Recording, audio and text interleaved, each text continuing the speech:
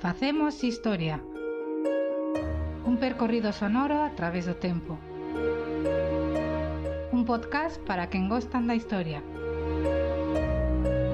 Unha viaxe no tempo desde Galiza e en galego.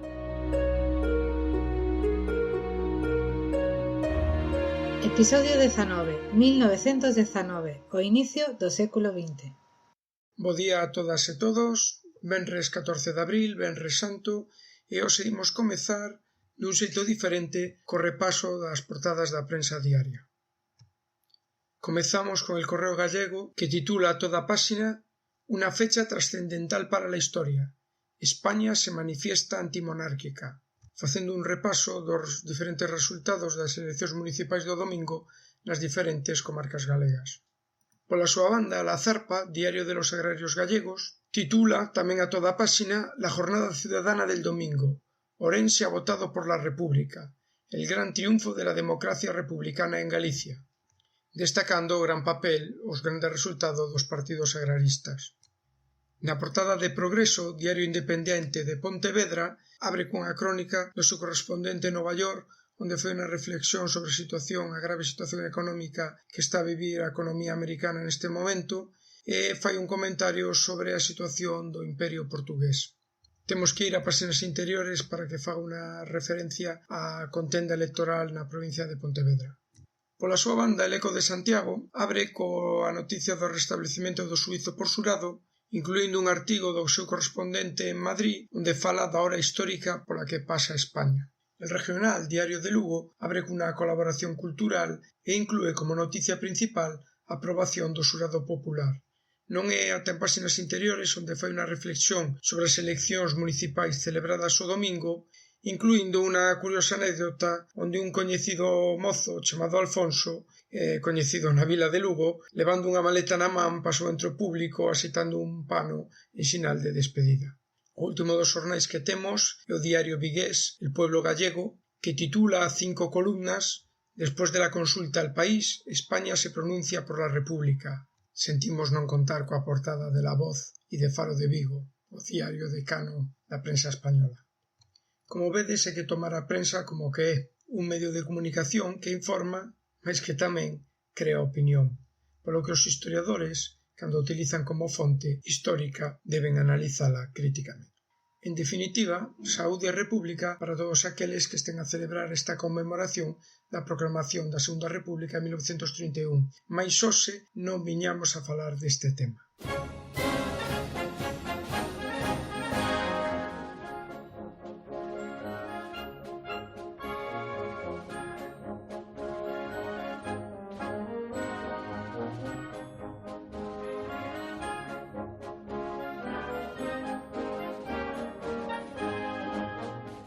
Son José Antonio Martínez e agardo que vos decatásedes que a semana pasada incumprimos o noso compromiso semanal e que non houbo un novo episodio de Facemos Historia.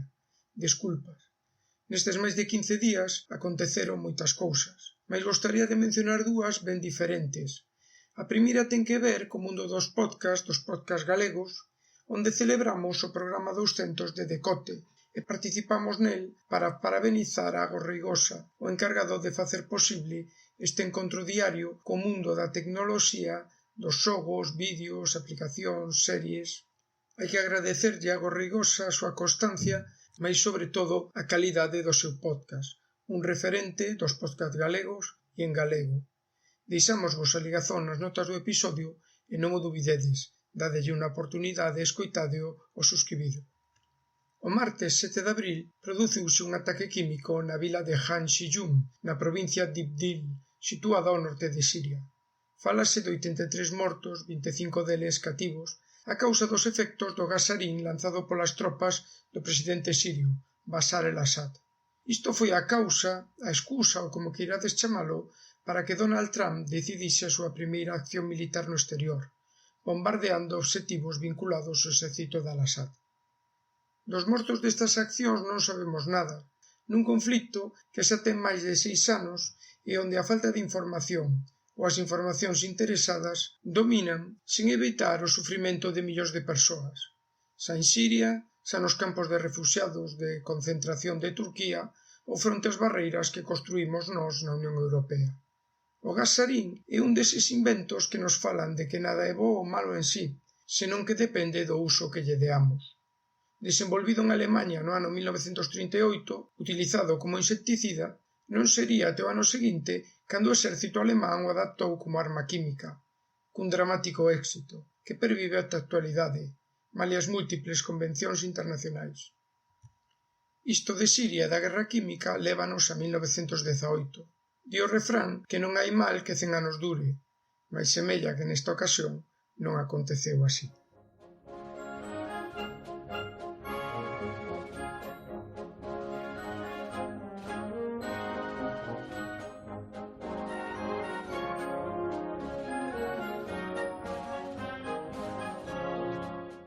Se queres facer a paz co teu inimigo, tes que traballar con el. Entón chega a ser o teu compañeiro. Nelson Mandela, un longo camiño cara á liberdade, 1994. A Primeira Guerra Mundial durou moito máis do que ningún dos contendentes pensou nun principio e pechouse oficialmente coa sinatura do armisticio por parte da Alemaña nunha data ben simbólica, ás 11 horas do día 11 do 11 de 1918. Mais a guerra decantárase xa no ano anterior, o principio do fin, coa saída de Rusia e a entrada de Estados Unidos no conflito. Falaremos hoxe dos tratados que puxeron fin á Primeira Guerra Mundial, mais as condicións que impuxo Alemaña ao novo goberno bolchevique na paz de Brest-Litov foron moi custosas e incluían perda de territorios, Finlandia, Polonia, os países bálticos, parte do Cáucaso, ademais do pagamento de diñeiro e o compromiso de non fomentar o bolchevismo fora do país. As condicións foron mesmo máis duras que as imporán a Alemaña. Cando en xaneiro de 1918 o presidente Woodrow Wilson expoña no Congreso dos Estados Unidos os seus famosos 14 puntos para a fin da guerra, ninguén sabía concretamente nin cando nin como ia acontecer isto. Mais Wilson estaba a sentar a base do que serían os debates posteriores á fin da guerra. O seu programa consistía en acabar cos piares da política dos tempos da paz armada, prohibindo a diplomacia segreda, eses acordos diplomáticos segredos e bilaterais, así como a produción masiva de armamentos. Por outra banda, buscaba unha economía baseada no libre cambio, eliminando as barreiras aduaneiras e garantindo a liberdade de navegación. O que terá moita importancia no período posbélico é a defensa do dereito de autodeterminación para os povos como xeito de acabar coas tensións nacionais de antes da guerra. Por último, apostaba por crear unha especie de Asociación Xeral das Nacións ou Liga das Nacións que permitise mediar en caso de conflitos entre países e así evitar unha nova guerra. Que ideas! Mais non pensedes que entusiasmaban a todo o mundo, mesmo nin os seus aliados. O presidente francés, Clemenceau, que desconfiaba do idealismo de Wilson, chegou a dicir: o propio Deus contentouse con 10. Os alemáns, por suposto, pola súa banda, rexeitaron o plan.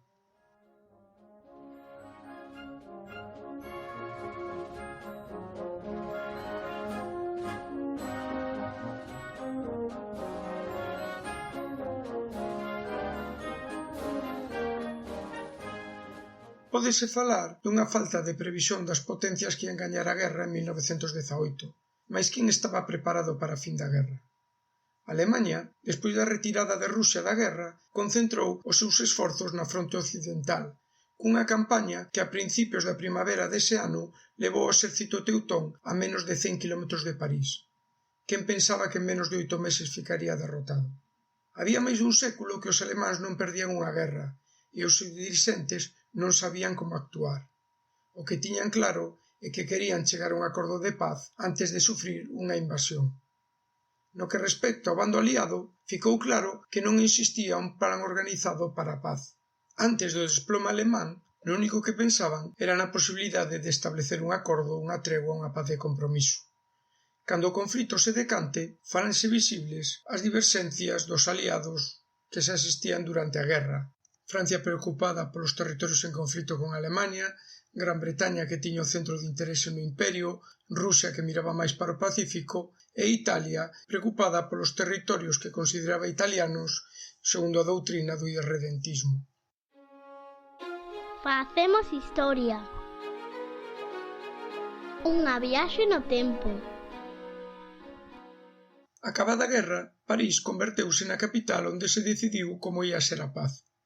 Posiblemente pensedes que unha teima nosa, mas para analizar este tema dos tratados de paz, como outros aspectos da nosa historia, sempre temos que ter presente que non se trata de xulgar, de ver quen é bo, quen é malo, de que se fixeron o correcto ou fixeron o incorrecto, e que calquera valoración que poidamos facer sempre se ten que facer partindo da realidade do momento, non unha vez acontecida a película.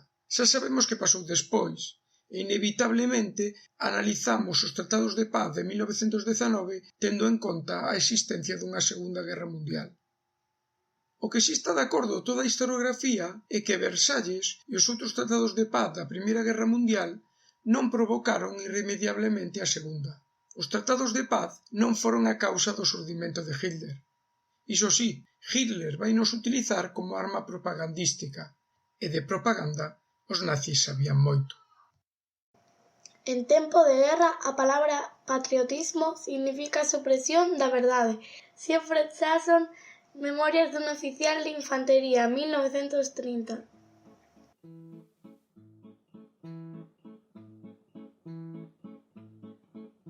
Quand au bout du jour, le repos terminé, on va reprendre les tranchées. Notre place est si utile que sans nous... A fin da guerra, digamos, fora peculiar para Alemaña. Para comezar, non foron invadidos. Paradoxos. Francia, a vencedora, ficara destruída e esgotara tras a guerra, fronte a unha derrotada Alemaña que non sufrira grandes danos materiais e que mantiña un forte potencial económico. Ao non ser conquistada, mantívose a propaganda dun exército victorioso alemán e mesmo as tropas foron recibidas triunfalmente.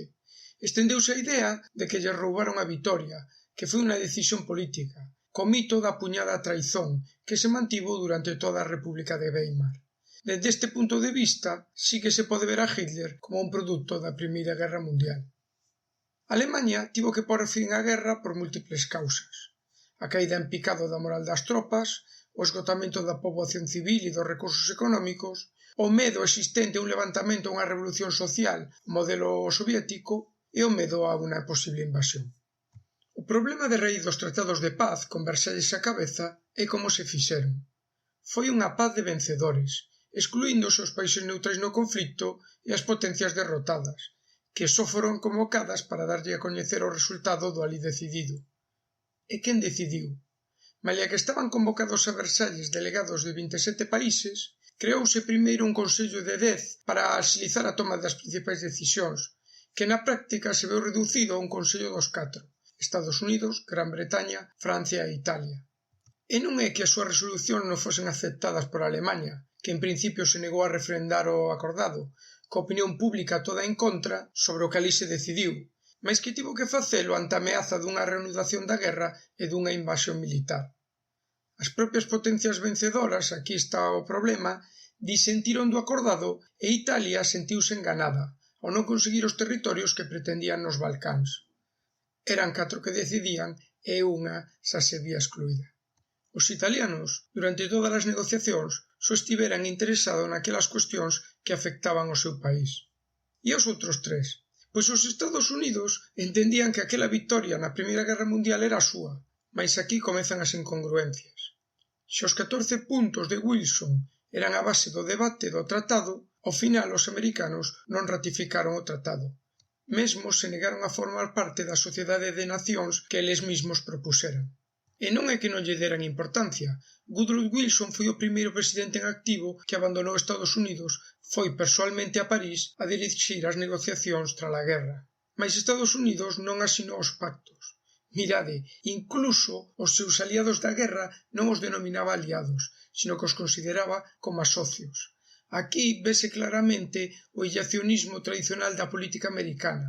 Entendían que os pactos eran cousa dos europeos. Et le cœur bien gros, comme dans un sanglot, on dit adieu au civolo. Même sans tambour, même sans trompette, on s'en va là-haut, en baissant la tête. Francia aparece como a que elevou a posición máis dura nas negociacións, pero hai que entendelo. O seu obxectivo fundamental era defenderse dun novo ataque de Alemaña, protexerse da Alemaña, polo que as condicións sempre ían ser moi duras para debilitar o seu tradicional inimigo.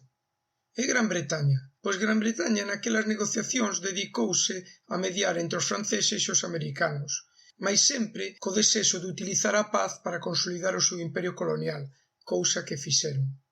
E que saíu de París? Dibuxouse un novo mundo. Produciuse unha modificación non só do mapa europeo, sino tamén mundial.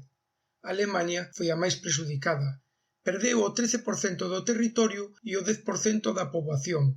Deixou a rexión de Schleswig setentrional a Dinamarca, pequenos territorios a Bélxica, Alsacia e Lorena a Francia, e as provincias prusianas de poboación polaca, como Alta Silesia, pasaron a formar parte de Polonia, un novo estado que nacía da Primeira Guerra Mundial.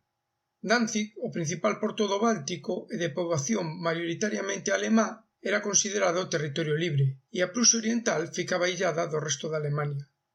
A rexión do Sarre ficaba administrada pola Sociedade de Nacións e as súas minas controladas por Francia.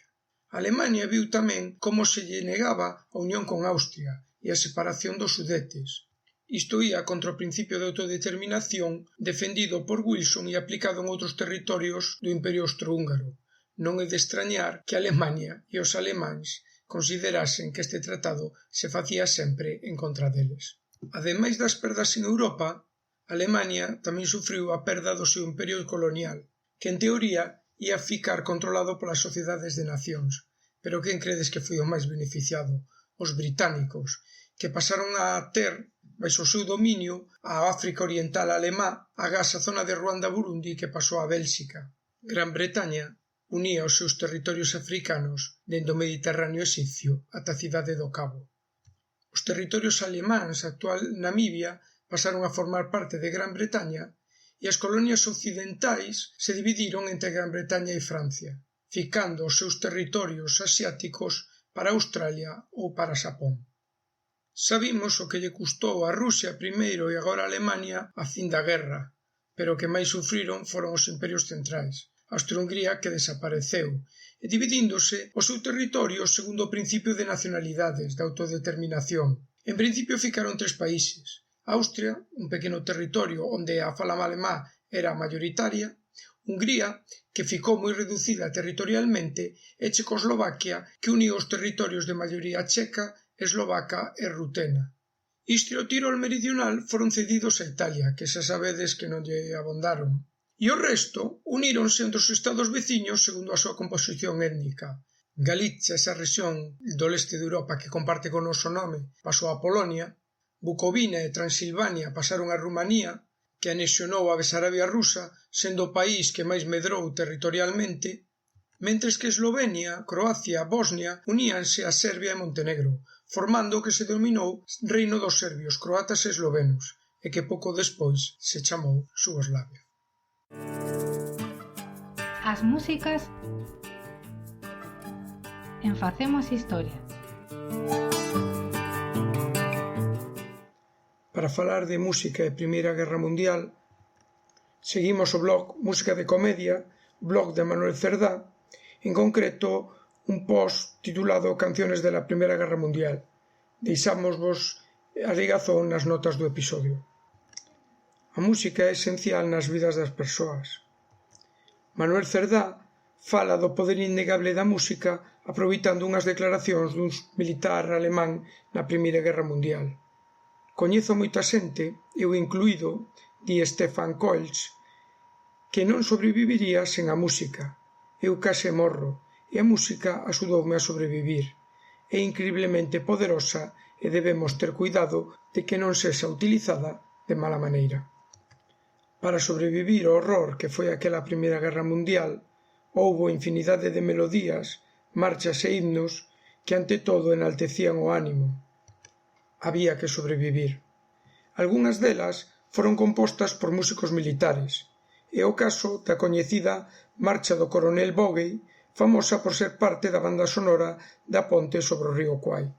Compúxose en 1914 polo entón tenente Ricketts, aínda que a publicou baixo un pseudónimo. Mais tamén xurdirán verdadeiros cantos antimilitaristas, como este que escoitamos, a Chanson de Craon, obra dun autor anónimo escrita en 1917 nunha das trincheiras da fronte francesa. Dende o momento da súa composición, a xerarquía militar francesa ofreceu diñeiro a quen denunciase os autores da composición desta canción. A música, en efecto, tivo e ten un gran poder sobre as persoas e os seus sentimentos. Adieu l'amour, adieu toutes les femmes, c'est bien fini et pour toujours de cette guerre infâme. C'est à Craonne sur le plateau qu'on doit laisser sa peau, car nous sommes tous condamnés, c'est nous les sacrifiés. Aínda que non vai ter unha influencia directa agora, neste momento, en 1919, a Grande Guerra e estes tratados tiveron un forte impacto sobre os imperios coloniais.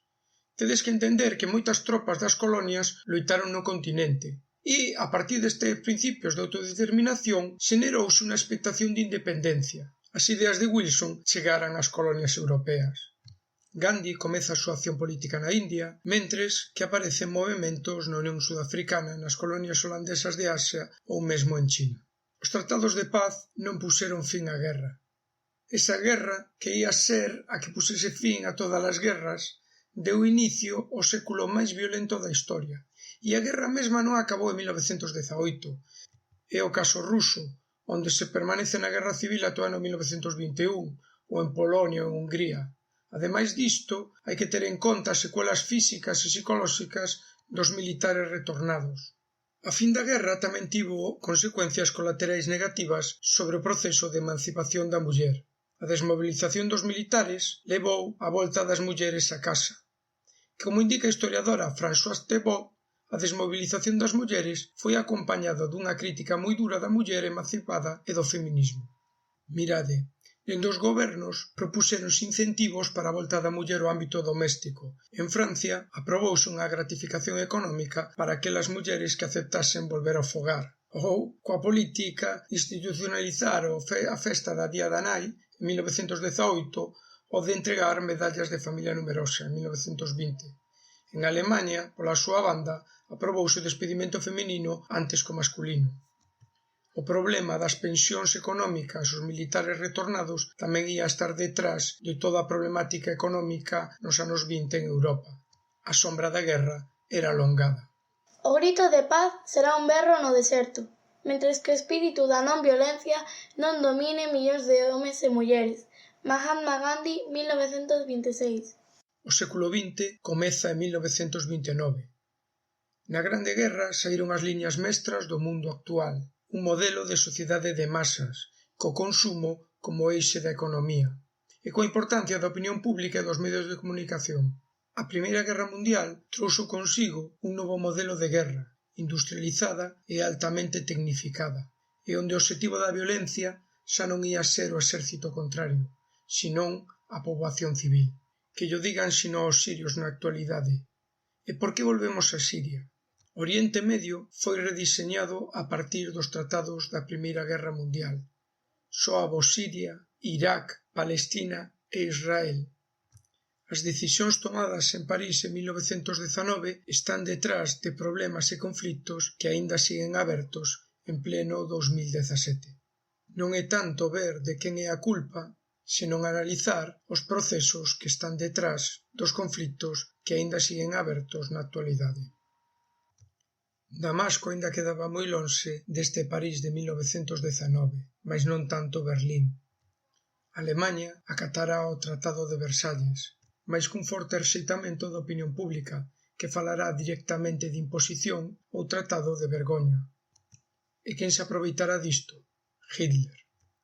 Sumádelle o sentimento de venganza, esa idea do espazo vital, do desexo do control do leste de Europa, de Polonia e da URSS, e o do exterminio dos xudeos e os bolseviques, e teremos tres dos piares da ideoloxía nacionalsocialista e unha Segunda Guerra Mundial ás portas. Mais iso é outra historia, ou a mesma, mas noutro episodio. Se gostas da historia, se pasaches un bo rato ouvindo este episodio, lembra que podes nos seguir a escoitar a través das nosas contas en Spreaker, iVoox ou ben en iTunes, na conta de Facemos Historia. Podes visitar o noso blog facemoshistoria.wordpress.com, onde atoparás as referencias deste episodio. Non dubidedes en vos suscribir ao noso podcast en calquera das plataformas indicadas ou a través da nosa canle de YouTube.